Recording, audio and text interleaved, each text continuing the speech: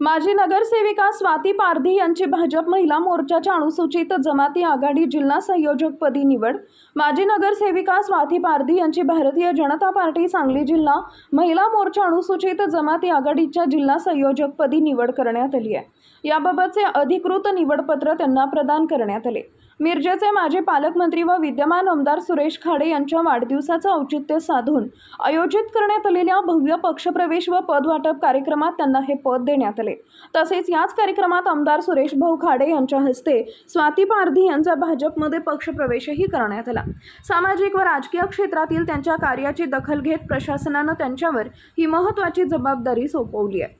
त्यांच्या निवडीमुळे महिला मोर्चा आणि अनुसूचित जमाती आघाडीचं संघटन अधिक बळकट होईल असा विश्वास पदाधिकाऱ्यांनी व्यक्त केलेला आहे। त्यांच्या निवडीबद्दल भाजप पदाधिकारी, कार्यकर्ते तसेच समर्थकांकडून अभिनंदनाचा वर्षाव होत असून भावी वाटचालीस शुभेच्छा दिल्या जात आहेत। नमस्ते, मी आज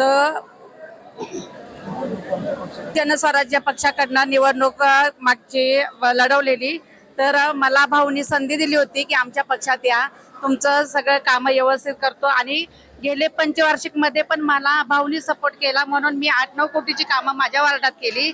आणि आता मला संधी देत होते तरी पण मी म्हणजे नाकारली, आणि आता परत एकदा भाऊनी मला संधी दिली, त्या संधीचं मी बरोबर सोनं करेन आणि भाऊंचं नाव मोठे करेन, कुठेही असं हे होऊन देणार नाही।